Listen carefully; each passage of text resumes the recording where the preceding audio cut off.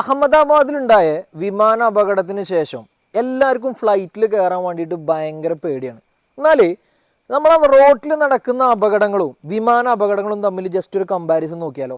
ഇന്ത്യയിലുള്ള flight crash history വെച്ചിട്ട് ഏകദേശം 1199 ആൾക്കാരാണ് ഇതുവരെ മരണപ്പെട്ടിട്ടുള്ളത്. പക്ഷേ ഇന്ത്യയിലുള്ള റോഡുകളിൽ ഒരു ദിവസം ഏകദേശം 400ന്റെ മുകളിൽ ആൾക്കാർ മരിക്കുന്നുണ്ട്.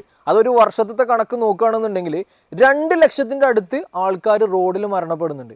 ഒന്നും കൂടി കൺക്ലൂഡ് ചെയ്തിട്ട് പറയാം, 1 കോടി പാസഞ്ചേഴ്സ് ഫ്ലൈറ്റിൽ യാത്ര ചെയ്യുന്ന സമയത്ത് ഒരാൾ മരിക്കുന്നതായിട്ട് റോഡിൽ നോക്കുകയാണെന്നുണ്ടെങ്കിൽ 1 കോടി പാസഞ്ചേഴ്സ് യാത്ര ചെയ്യുന്ന സമയത്ത് 10,000 ആൾക്കാർ മരിക്കുന്നത്. ഇതാണ് ഇത് തമ്മിലുള്ള കമ്പാരിസൺ. പക്ഷെ ഞാനൊരു കാര്യം കൂടി പറയാം, മരിക്കാൻ വേണ്ടിയിട്ട് ഫ്ലൈറ്റിൽ തന്നെ പോകണമെന്നൊന്നുമില്ല. അഹമ്മദാബാദിലുള്ള വിമാനാപകടത്തിൽ ഒരുപാട് നഴ്സിംഗ് സ്റ്റുഡൻസും ഡോക്ടേഴ്സൊക്കെ മരിച്ചില്ല. ഏകദേശം 39ഓളം മരണമുണ്ട്. അപ്പം മരണം നടക്കാൻ ഫ്ലൈറ്റിൽ തന്നെ പോകണമെന്നൊന്നുമില്ല. അത് എവിടെയായാലും എന്തിൻ്റെ ഉള്ളിൽ ഒളിച്ചിരുന്നു കഴിഞ്ഞാലും അത് സമയമാകുമ്പോൾ നമ്മളെ കൊണ്ടുപോയി ചെയ്യും. അപ്പോൾ ഓക്കെ.